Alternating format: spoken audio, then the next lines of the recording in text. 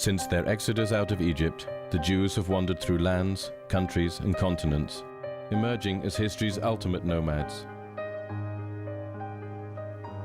Jewish communities have for centuries been prone to appear, disappear, and reappear almost anywhere, belonging everywhere and yet nowhere.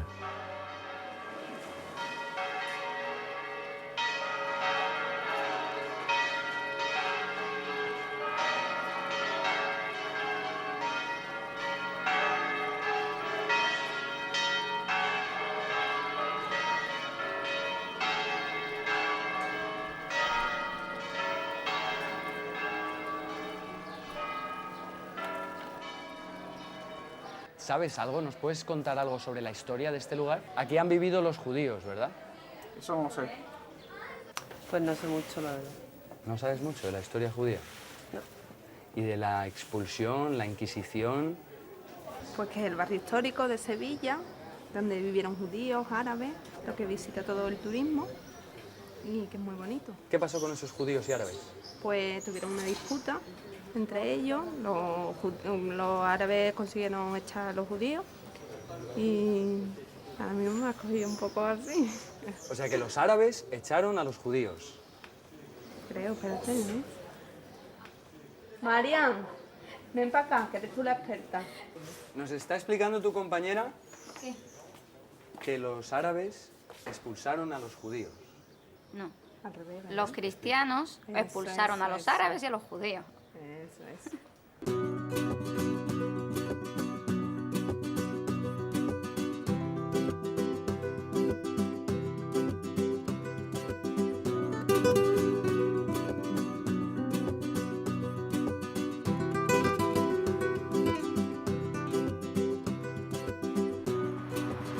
Los judíos vinieron a España aproximadamente después de la expulsión que tuvieron en Roma con el emperador Tito.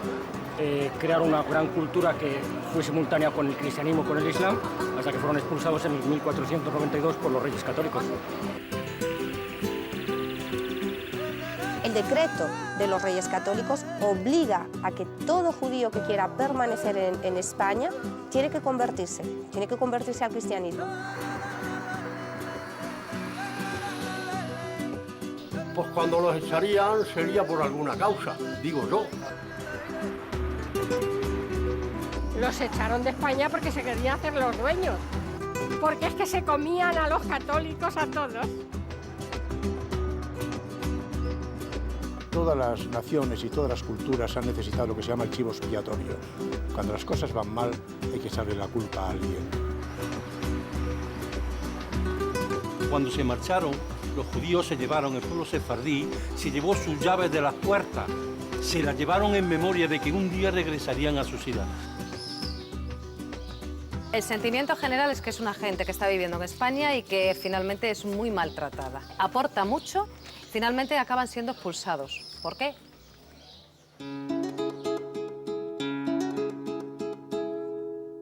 La novia destrenza el pelo, se desmaya el caballero. Ay, novia, vente a mi lado, gozarás vicio y regalo. Sus habitaciones son la 204, la 210, la 206 y la 208. El ascensor está aquí a mano izquierda y es en la primera planta. Bienvenidos.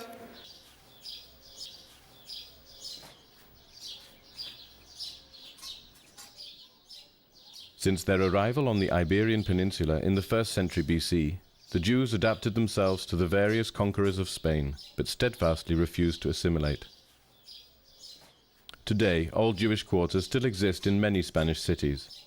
They stand as a silent witness to the largest and most important Jewish community in the Middle Ages. El barrio judío era ese de ahí abajo. Hay que poner Rabilero, por ahí para allá era el barrio judío. ¿Y qué le parece a usted cuando los echaron? ¿Qué opinión tiene sobre eso? Es que no trabajaban, por lo visto. Esos no querían trabajar. No me habla que no se levanta de la cama. El barrio judío de Herbás es el barrio judío mejor conservado en España, un poco porque Extremadura quedó aparte en la historia. Después de la expulsión, por aquí no pasó la revolución industrial, no pasó nada hasta estos días y el barrio judío continuó en su misma forma de vida. No sabemos perfectamente, no tenemos datos testimoniales de cuándo es la llegada de los primeros judíos a Herbás. Lo que sí que es cierto es que leyendo entre líneas de la historia, cuando llegó el momento de la expulsión, había una comunidad importante de judíos en Herbás. Quizás no la más numerosa de Extremadura, pero sí una comunidad muy bien cohesionada. Eso es lo que nos ha llevado, a lo largo de la historia, un refrán peyorativo, crítico, hacia Herbás que decía: Herbás, judíos los más. Vamos, yo sé que fueron expulsados por los reyes católicos, ¿no? Como lo expulsaron en toda España, ¿no? En 1492. Y luego, pues aquí hay bastantes rasgos judíos todavía. Hay gente que se le nota que son judíos auténticos todavía aquí en Herbás. Se le nota rasgos judíos. Por ahí por la parte de abajo, por el barrio de los judíos, por ahí todavía se ve gente de rasgos judíos. Los judíos que sepamos no están, ya han pasado muchos siglos, aunque hay muchos apellidos que provienen precisamente de los conversos. Se ven los rasgos, además judíos, en muchas familias de aquí se ven totalmente rasgos tanto de nariz como de pelo, como de todas las fisonomías de allí, de los judíos. Este es el puente de entrada a Herbás. Una vez que hemos atravesado el puente y subimos por la calle, ahora el cristiano seguiría para arriba, hacia la zona cristiana de la población, y el judío se desviaría por esta calle en busca de su casa, que estaba en lo que conocemos como la judería.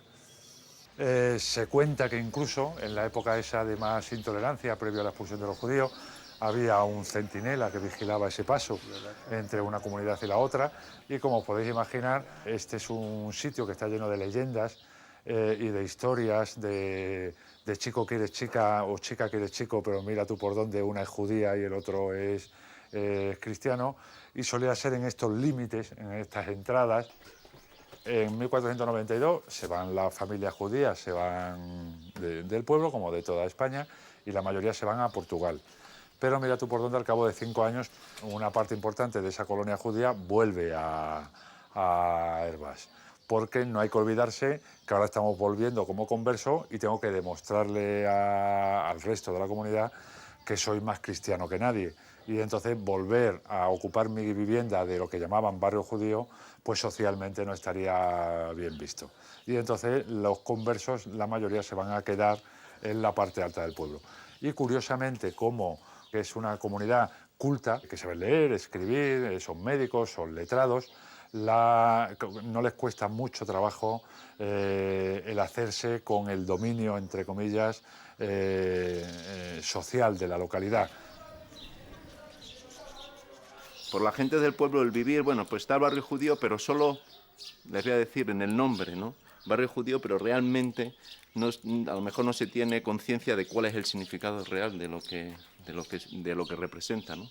No sé si porque el barrio ha sido explotado turísticamente y porque realmente tenía esa importancia o porque descendemos directamente en algún caso de ello, pero no lo sé. Lo que es cierto es que aquí no era un tema tabú. Aquí no era un tema tabú. A lo mejor en el siglo XVIII y XIX, con el tema de los judíos conversos, pues podría ser, pero lo que es ahora, las referencias que yo tengo actuales, no es un tema tabú.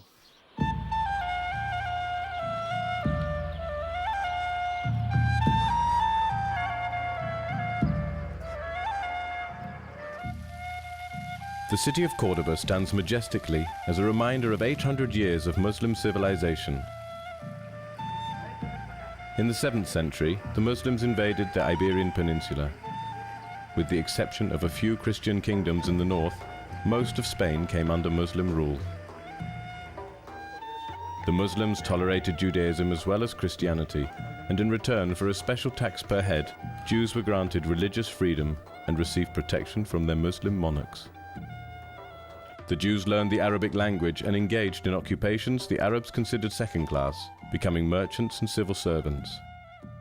But many Jews also attained high positions in public life and even became ministers to the Muslim monarchs. Córdoba became the birthplace for many of the greatest figures in Judaism, such as the renowned rabbi, physician, and philosopher Maimonides. Jewish life and culture in Córdoba reached such heights that this period is known today as the golden age of Jewish culture and religion.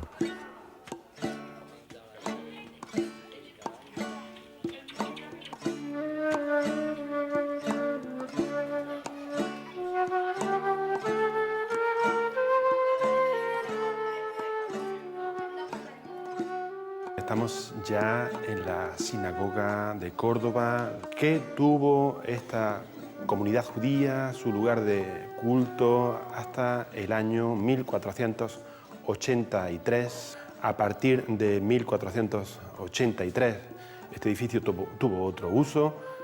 Este pequeño edificio tuvo uso como pequeño hospital. A finales del siglo XIX, este edificio tuvo uso principal como lugar de reunión de los curtidores de la piel, que se reunían aquí también y tenían también pintada una cruz.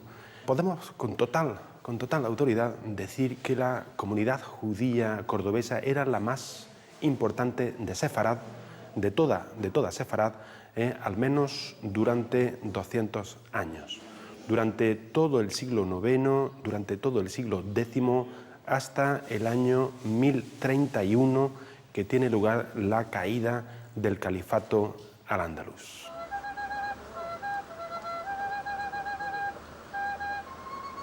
In the beginning of the 11th century, Berber Muslim tribes from North Africa invaded Spain and ordered all the Jews to convert to Islam or face the sword. The golden age of Judaism in Al-Andalus came to an end. Within a few years, most of the Jewish population fled north to the Christian parts of Spain. Efectivamente, tenemos que decir que hay periodos de tolerancia y periodos de fanatismo. En cualquier caso, el problema grave, el problema principal radica en que a partir del edicto de expulsión ya no se puede alternar tolerancia y fanatismo, porque ya la historia se corta. Ya entra otro capítulo de la historia de los judíos, que es así, lo tenemos que reconocer, que es el periodo o el capítulo de los conversos. ¿Ha tropezado usted precisamente con una familia que somos descendientes de judíos, de un pueblo de la provincia de Córdoba que se llama Lucena? Como nos sentimos divinamente, la misma gloria. Seguimos teniendo los mismos gustos de los judíos, nos gustan las mujeres más que a los judíos y nos gusta el vino, que a los judíos no les gusta tanto como a nosotros. Esa es la nueva diferencia. Y el jamón. Ahora y el jamón. cristianos entonces. Sí, ahora sí, somos cristianos, claro. Cristianos, apostólicos y romanos.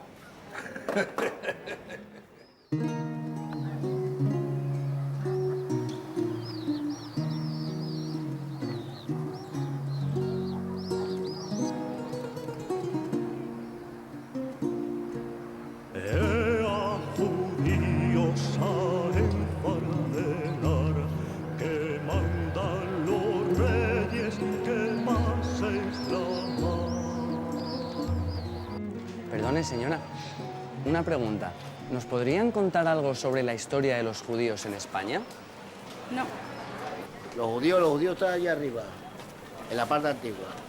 ¿Y qué pasó con los judíos? No, porque vinieron ¿cómo se llaman? Los romanos y se los llevaron.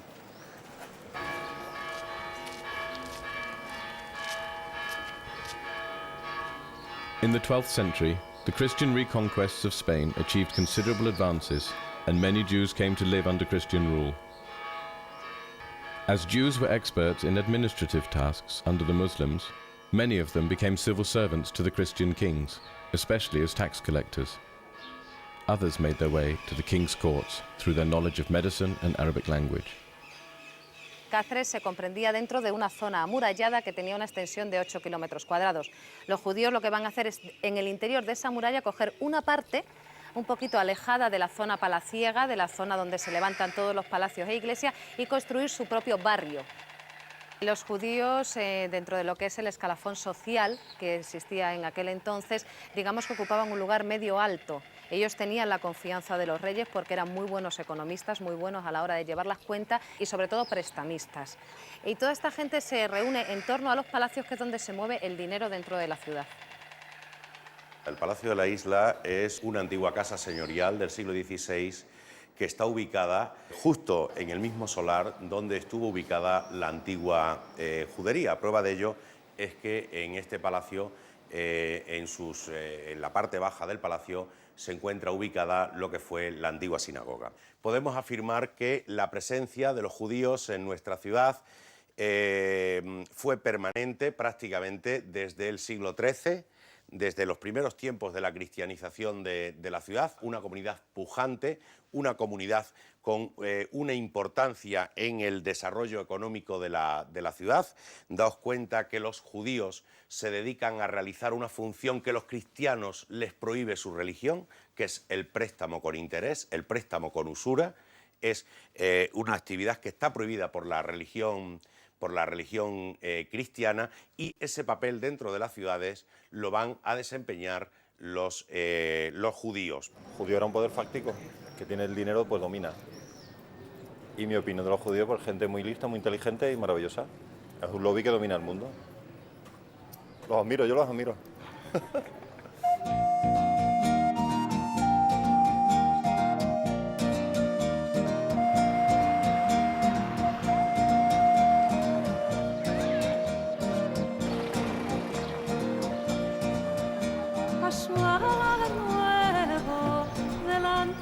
Pues teniendo en cuenta el momento en el que se produjo, 1492, donde lo que se buscaba en España era una unidad que tenía que ver con lo religioso, con lo político, con lo cultural, es comprensible. Si lo viéramos hoy día es un disparate, pero teniendo en cuenta el momento en el que sucedió, tiene mucha lógica. The situation of Jews in Spain was favorable compared with their brothers in other European countries. But with the growing successes of the Reconquista, the church in Spain became stronger and the situation of the Jews deteriorated. Anti-Semitic notions and legislation, which were the norm in most of Europe, found their way into the Iberian Peninsula.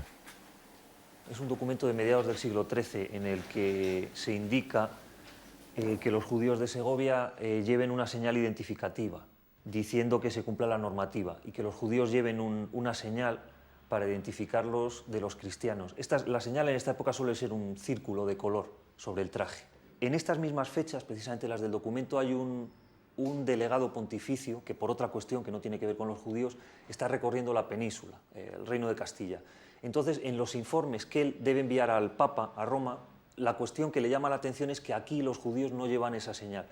Entonces, simplemente la nota, es una pequeñísima nota del Papa, no es diciendo que existe esa legislación y que se cumpla. En este caso se envía a Segovia, pero se envía también a muchas otras ciudades. Es decir, este documento, y con la misma fecha, se remite a bastantes sedes castellanas.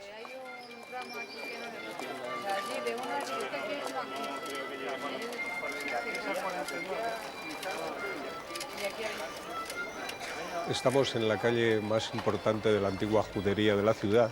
Antiguamente se llamaba calle Mayor porque atraviesa la judería de lado a lado.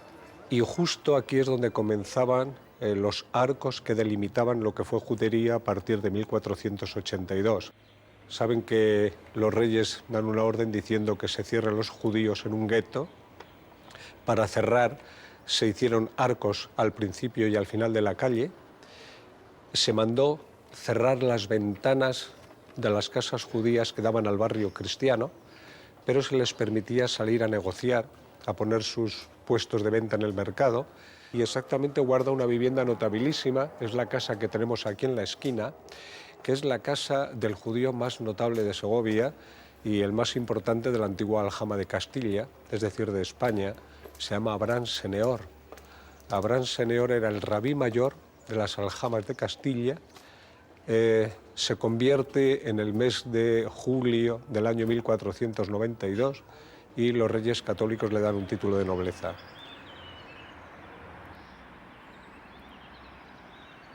The Alcazar of Segovia was inhabited by many Spanish kings and queens. It was the place where Isabel of Castile was crowned as queen. Her marriage to Ferdinand of Aragon led to the unification of Christian Spain. As strict Catholics, they pursued a policy of religious unity under the Catholic faith. The refusal of the Jews to convert was seen as an obstacle to the unification of the land. On the 31st of March, 1492, a royal edict was issued, which ordered all Jews to convert to Christianity or leave Spain before the 2nd day of August of the same year. Any Jew who stayed in Spain after this date and had not converted would face death. The exact numbers are still unknown, but according to estimations, some 100,000 Jews converted to Christianity and more than 300,000 left Spain. Cuando los judíos son expulsados en 1492, se vieron obligados a vender sus viviendas. Lo tuvieron que vender muy rápidamente y a veces se plantearon pleitos porque se habían adquirido a bajo precio, es decir, la gente se aprovechó de la circunstancia y las propiedades se vendieron a bajísimo precio. Pero las sinagogas jamás revirtieron a propiedad judía, por dos razones. Primero, porque se les había expulsado, y segundo, porque eran propiedad de la corona, aunque luego la corona lo vendiera a otros individuos. Las madrazas, o escuelas para la enseñanza, las sinagogas y los cementerios. El cementerio se lo dieron a la ciudad. Es lo que llamamos pinarillo, que se puede ver desde la propia sinagoga. Pero en cambio las sinagogas, los reyes católicos se las ceden al monasterio de Santa María del Parral. Es una fundación de Enrique IV, quien a su vez comienza a vender estos edificios. En las fuentes históricas, la primera historia de la ciudad, que se hace ya en el siglo XVII, Diego de Colmenares, que es el que escribe, sí que habla del momento de la expulsión. Tenía que ser una cosa que llamó mucho la atención, que tuvo un gran impacto en la ciudad por cómo él lo cuenta. Al otro lado del Valle del Clamores está el cementerio judío. Y Colmenares cuenta cómo la gente, cuando son obligados a salir de la ciudad, ya en el verano de 1492, no se querían ir de la ciudad, cogieron las llaves de sus casas y se fueron al Pinarillo, se encerraron en las cuevas y allí estuvieron viviendo hasta que las autoridades les obligaron, o sea, prácticamente les echaron de las cuevas de sus muertos. Es que eso había impactado mucho en la ciudad. Y eso que Diego de Colmenares era cura, le quiero decir que muy en contra de la comunidad judía, sobre todo en el siglo XVII.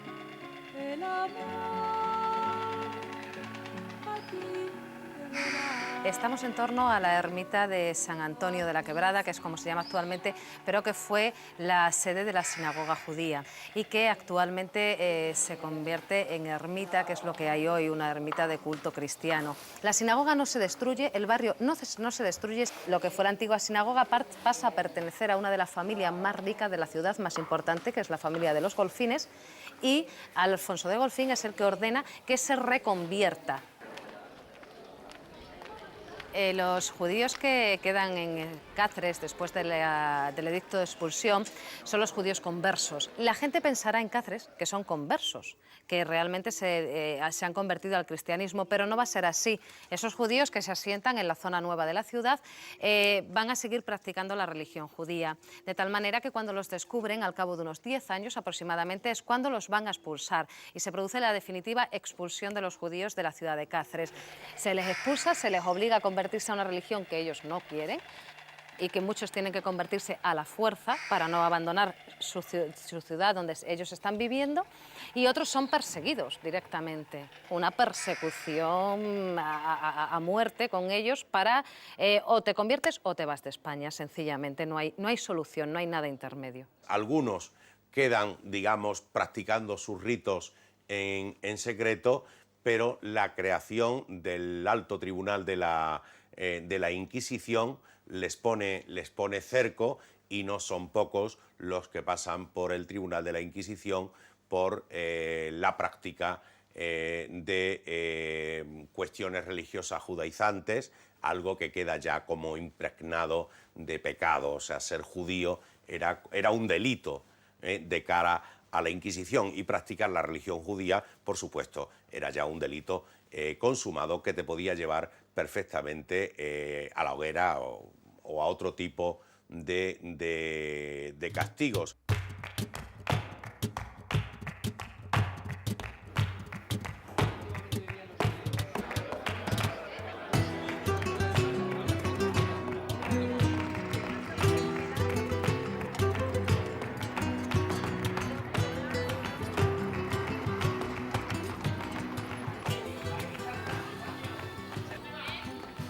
Nos encontramos en el barrio de Triana, quizás el barrio más conocido de la ciudad. Justamente nos encontramos en el mercado de este barrio y en este mismo lugar se ubicaba antiguamente el castillo de San Jorge, que era justamente la sede del Tribunal de la Santa Inquisición. Sevilla fue la primera ciudad en España donde se estableció la Santa Inquisición. Se estableció en el año 1480 y ya empezó a funcionar un año más tarde, en el año 1481. Ya en ese año se celebraron algunos autos de fe.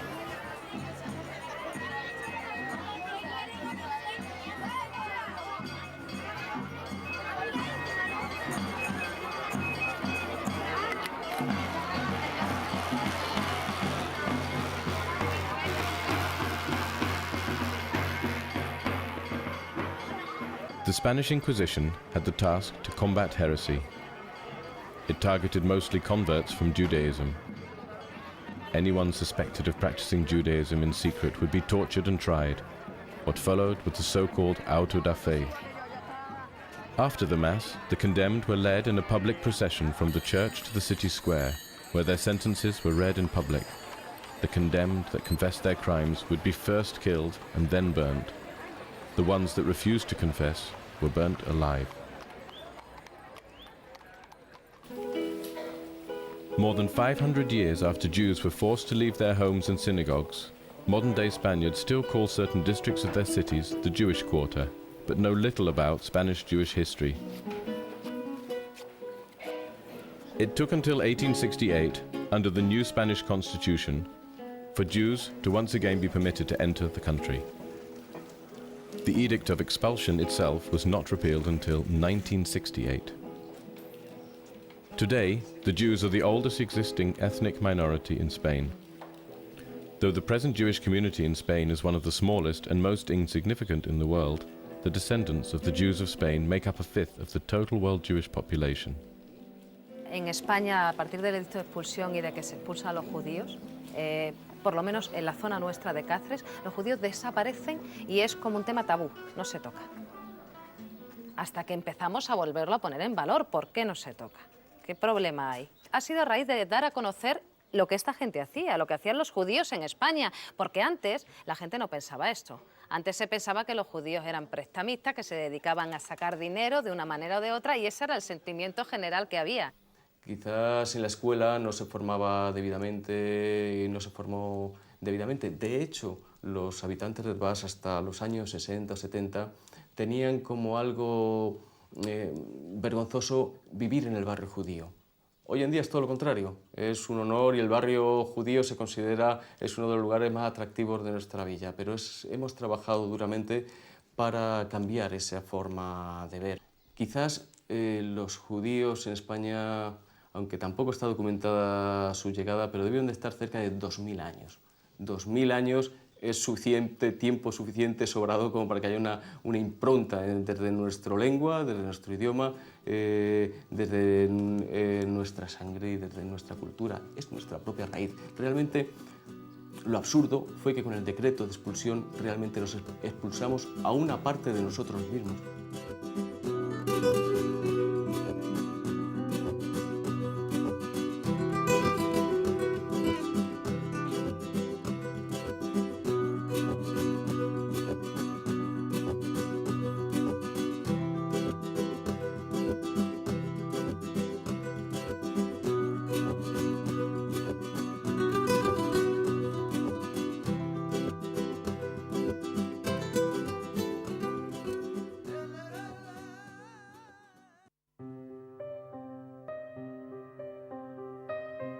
Since their exodus out of Egypt, the Jews have wandered through lands, countries, and continents, emerging as history's ultimate nomads.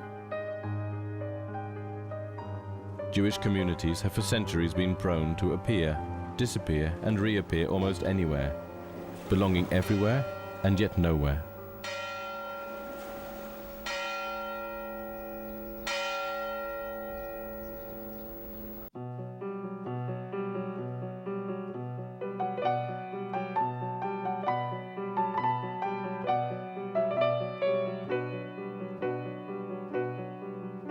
המבדיל בין קדש לחול, חטאותינו ימחל זרענו וכספנו ירבה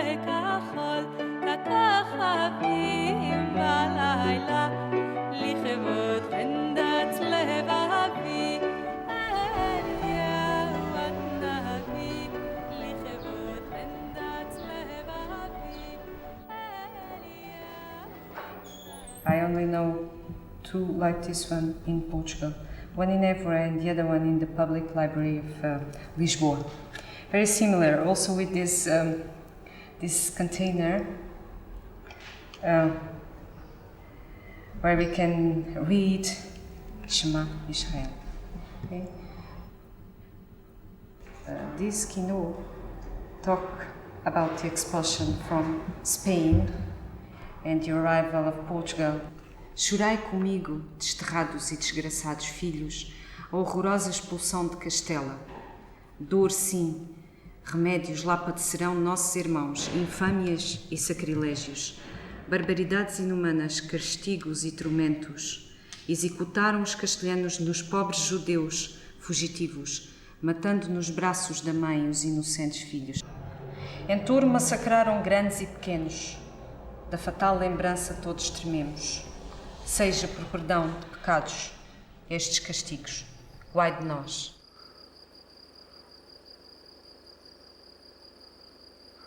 In 1492, more than 100,000 Jewish refugees expelled from Spain crossed the border to Portugal near the villages of Castelo de Vide and Marvão. King João II granted them entry in return for a tax paid per head. But it took just 5 years for the tragedy that caused their expulsion from Spain to repeat itself in Portugal.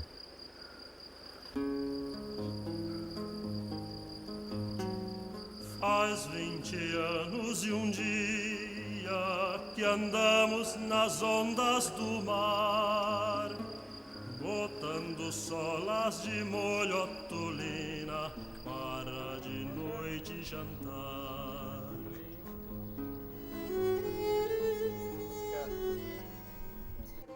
Behind me, you see the village of Marvão in the top of the hill. Behind that hill is the little village, Valencia de Alcântara and Albuquerque in Spain, from where the Jewish community was expelled.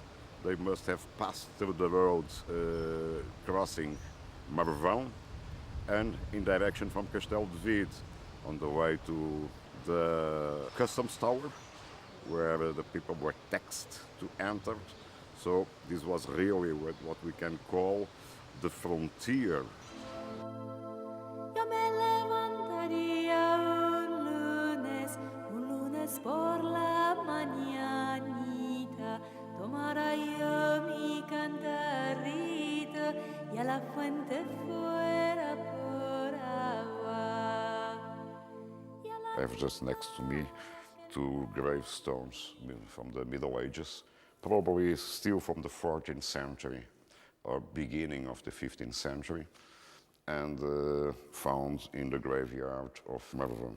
You can see it, the menorah inscription on it. The oldest example is in Mértola, South Portugal. That is a gravestone from the 5th century, and it's for the Iberian Peninsula. Until now, the oldest testimony of the presence of the Jewish community, or the Jew at least, in Portugal.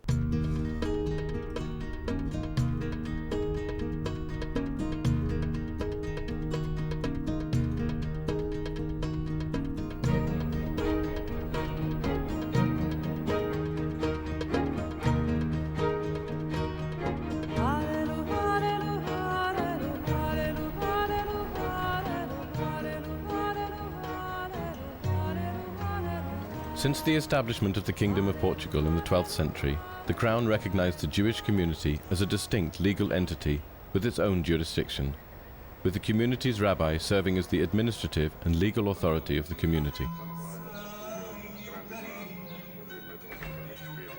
Jews lived in separate quarters but were free to travel within the country.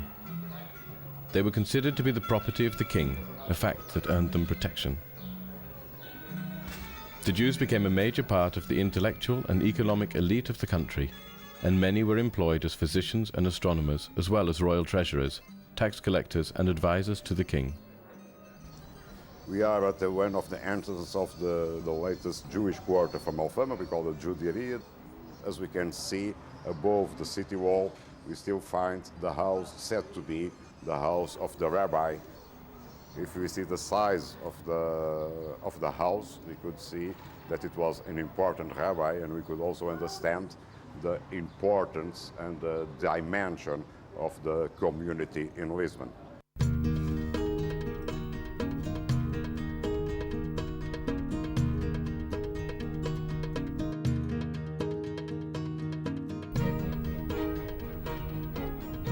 In the 13th and 14th centuries, known as Portugal's Golden Age of discoveries, Jews were involved in all aspects of the explorations, from financing the sailing fleets to making scientific discoveries in the fields of mathematics, medicine, and cartography. Most famous was Abraham Zacuto, who wrote the tables that provided the basis for Portuguese navigation. But in 1496, 4 years after the Jews were expelled from Spain, a political maneuver taken by King Manuel had a destructive impact on the Jewish community of Portugal.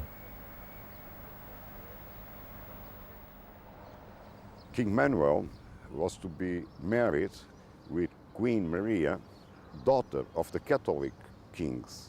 And one of the points in the marriage agreement that we should also expel the Jews. Now, that was not for our interest. The Jews were involved in the commerce, the Jews were involved in the trades, the Jews were involved in the discoveries, in the cartography, in the mathematics, so we didn't want to expel them. But in the same time, we need to have a marriage that could guarantee that it would not exist a war with Spain. Spain has just unified their kingdom. Now, if you make a marriage, you can secure your frontiers. And the strategical movement was, at the time, much more important than the Jewish community. After the marriage contract was signed on December the 5th, 1496, the king issued a decree forcing all Jews to leave Portugal by October 1497. But as thousands of Jews gathered at the port of Lisbon to prepare for departure, the boats that were supposed to take them never arrived. Instead, they were herded into a courtyard close to the present-day Commerce Square, where they were baptized by force. After being sprinkled with baptismal waters, they were all declared new Christians. A delegate sent by King Manuel to the Catholic kings declared, "There are no more Jews in Portugal."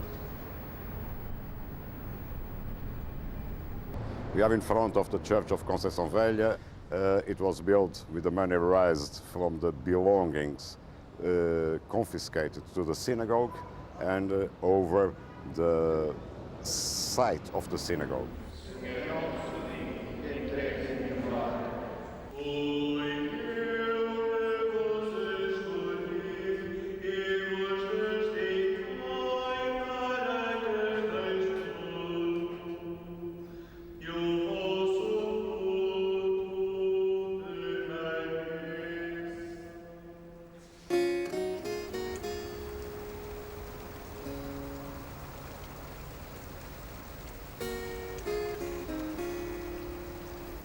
As was the case in Spain, many of the new Christians became a target of the Inquisition that focused its efforts on rooting out converts from other faiths found to be infidel to the new Christian faith.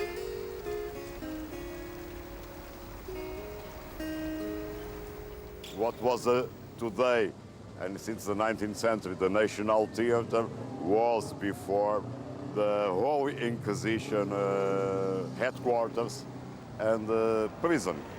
If you put a washed shirt on a Saturday, that means that probably you are a Jew because you are honoring the Shabbat. Or if you refuse to eat pork, for instance. Well, if you don't want to eat pork, you are a Jew. The accusations to our 21st century standards are really sometimes ridiculous. They charge always the new Christians because all the Jews were converted or by force or by will, and for 20 years it was not allowed even to ask somebody if he had been Jew before. So they presume that there are no Jews in Portugal. Everybody is Roman Christians. and they were accused of not following the rules from the Roman Christian Church.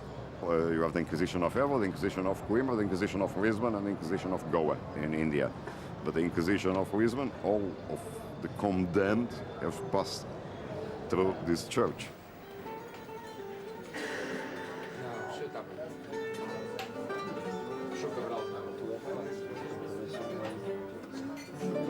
Sou fado,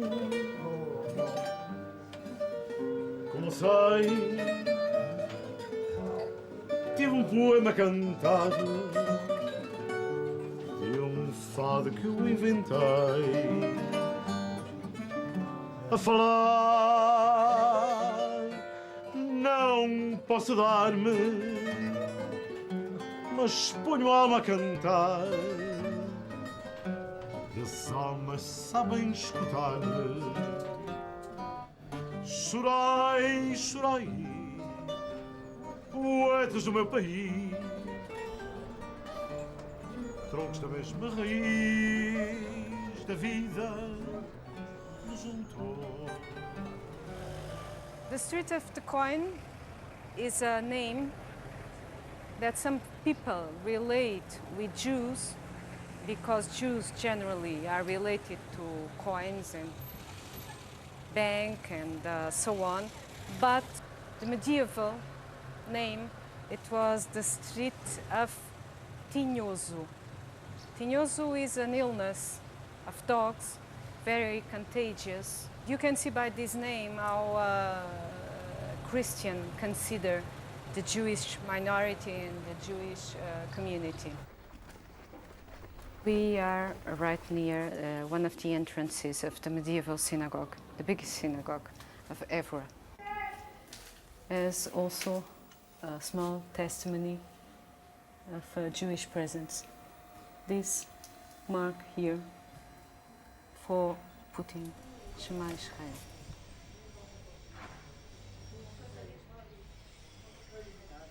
Many Jews lived here. They built their mezuzot. They put their Shema Israel, and some houses were destroyed. And after we lived here, reused those stones, reused them to make stairs. And what he's filming is really the remaining of the entrance of a Jewish house, of this Jewish quarter. Jewish archaeological testimonies and Jewish patrimony, you cannot see it immediately as Roman temples, as Islamic houses, Visigothic as medieval structure, because Jews were persecuted and were expelled and were very bad considered. So many of that patrimony, material patrimony, was destroyed and reused.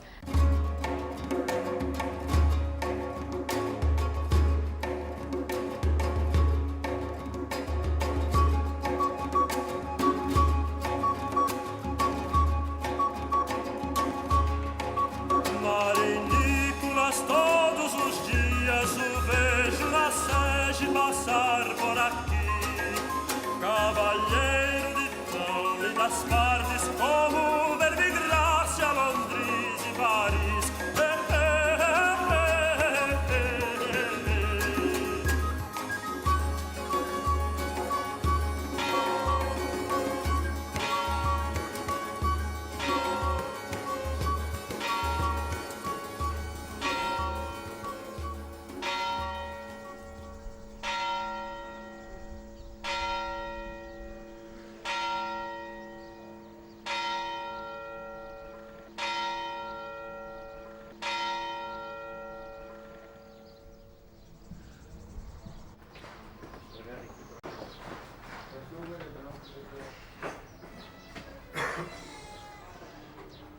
We are in the old medieval Jewish quarter from Castelo de Vidro, and his synagogue that is behind me is the oldest Jewish quarter, the oldest synagogue in Portugal and perhaps in Spain and in Europe, well preserved. And it has its origins mainly in the Spanish Jews that were expelled in 1942. The Jewish community settled more in Castelo de Vidro, probably due to family connections, due to a tradition of commerce, because always has been a commerce across the border in both directions. Eventually what happened to the community, I think a part of it, and very probably the smallest part of it, have lived and tried to reach Lisbon or tried to reach some sea harbor, to try to reach other countries like Morocco or Algeria and run away. But I think a big part of it took baptism and get as crypto Jews underground as new Christians. Perhaps the most known figure that have lived in Castelo de Vide. Originally, the family was from Albuquerque and Valencia de Alcántara in Spain. He was already born in Castelo de Vide, that is Garcia Dorta, the greatest botanist from the 16th, 17th century. Later, his family was persecuted and his sister was burned in Goa, accused of being Jewish. We still can see the presence of the Jewish people in these Jewish quarters. If you look at the door gates, at the doorways, you see very often an engraving, a sleeve that was destined for the mezuzah. And very often we see it also transformed, not in this case, but transformed in a cross. They put a new arm to the mezuzah engraving, and then they became Christians, or let's say to show around that they were becoming new Christians, that they were no more Jews. Some centuries later, in 1989, our former president of the Republic, Mário Soares, have asked him formally excuses for the crimes that we have done against the Jewish community and for the intolerance during the Inquisition years that have destroyed a part of our cultural heritage from the past. The expulsion of the Jewish community from Portugal, I think it was a disaster in several senses. In the sense that it destroyed all commercial network that where they were fundamentals. Mainly we had very important scientists in Portugal as astronomers, medical doctors, botanics, pharmacists, teachers in university.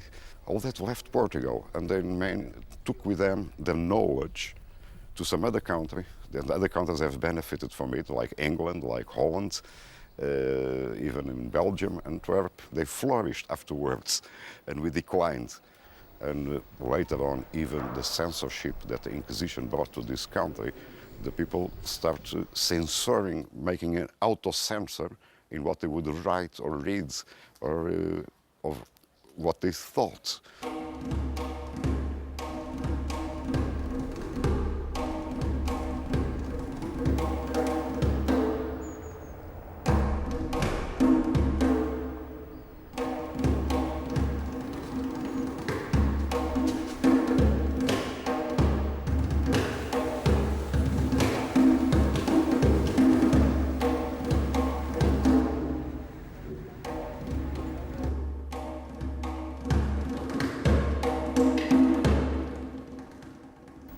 In the beginning, this building was a space for the teaching of the arts in the 16th century. But after that, through the 16th century onwards till the 19th century, it became the opposite space, a place for terror and death, the space of the Inquisition. So the Inquisition, this was the headquarters of the Inquisition.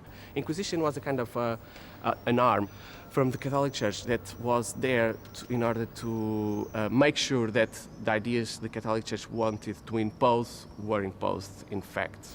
And we can always imagine that any member of this Jewish community that was persecuted can always imagine that he actually lived here in one of those cells. The title of the work is Come Closer, Listen to Me. We are invited to get closer to it, try to listen. We are mentally imagining how it would be to survive, try to survive here.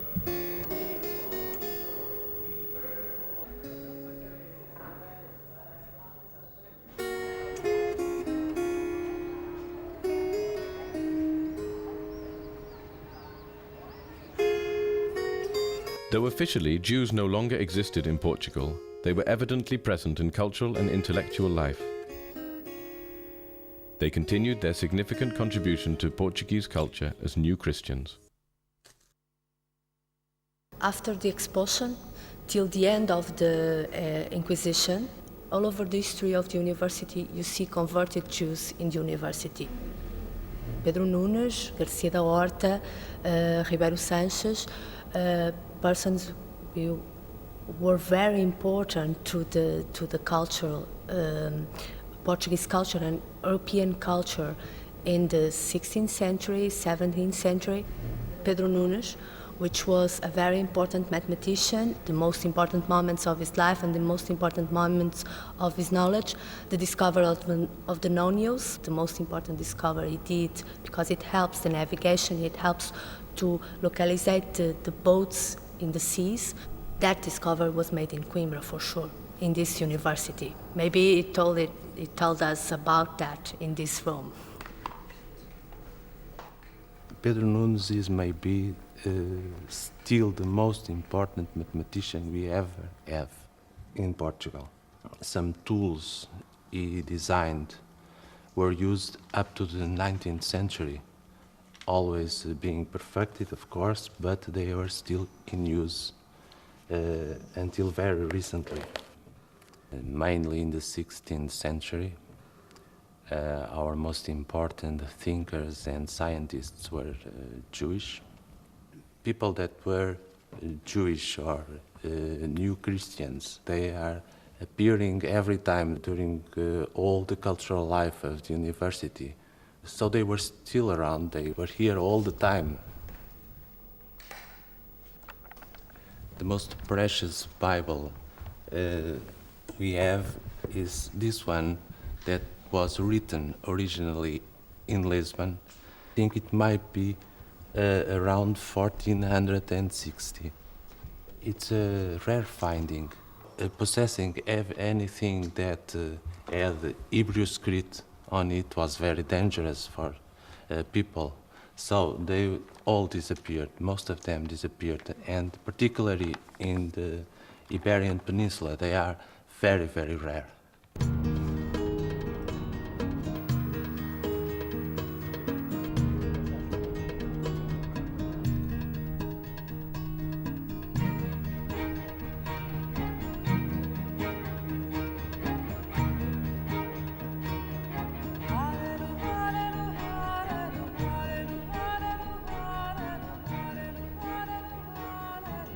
Tomar has been the headquarters of the Knights of the Templars. In Tomar, we can find one of the oldest existing synagogues in Portugal. It has been closed for centuries, but in 1984 it was officially granted to a commission who converted the site into a museum, the Abraham Zacuto Museum. Luis, an ex-New Christian who returned to Judaism, is one of only 2 Jewish families living in Tomar and the devoted guardian of the synagogue. After the expulsion from Portugal, all the synagogues usually was used as a prison, Christian church. This one was a prison since 1516 till 1542, 1550. And after that, here in 1600, more or less was a Catholic church till 1800, was more years Catholic church than synagogue. After that, in 1885, was a hayloft to put the straw to the animals. In 1992, we organized here the first Yom Kippur after 500 years. The Sefer Torah came from London, the Bevis Mark Synagogue, the Portuguese synagogue in London, came two rabbis, one from Tangier, another from Gibraltar. It was a historical day. All the magazines, television, newspapers made big reportages about our Yom Kippur. Yeah. Because the Sefer Torah came in procession on the streets. Everybody wants come to see our Yom Kippur.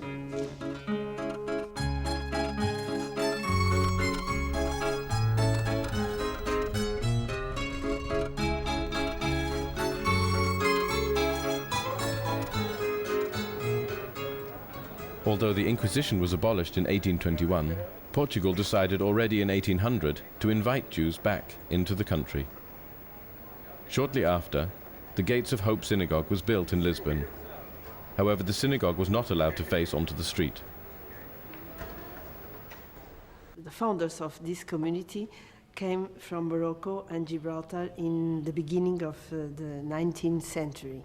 During the 19th century, Jewish people were not recognized as a community, but they organized themselves as Jews, creating room prayers and also benefice associations. And only in 1910, with the Republican Revolution, with the separation between state and religion, it was possible to recognize the Jewish community like a legal organization.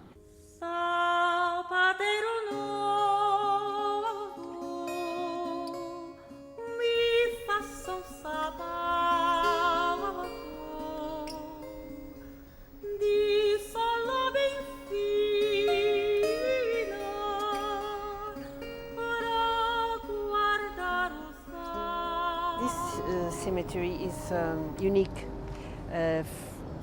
because it's the oldest Jewish cemetery that still remains after the expulsion and after the Inquisition.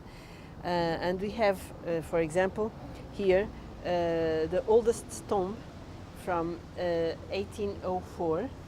Almost all the names are from Morocco because they are the founders of our community. And almost all these names, they are not anymore in our lists of members of our community. Because life, it's like that. You know, sometimes the very well succeeds integration makes the assimilation. It's like that, it's life like that. But for us it's very special because our community starts here. Mi kamocha ben kamocha, mi kamocha ben domelecha, el Elohim Adonai, Ramal kol aramim, shocher meonai.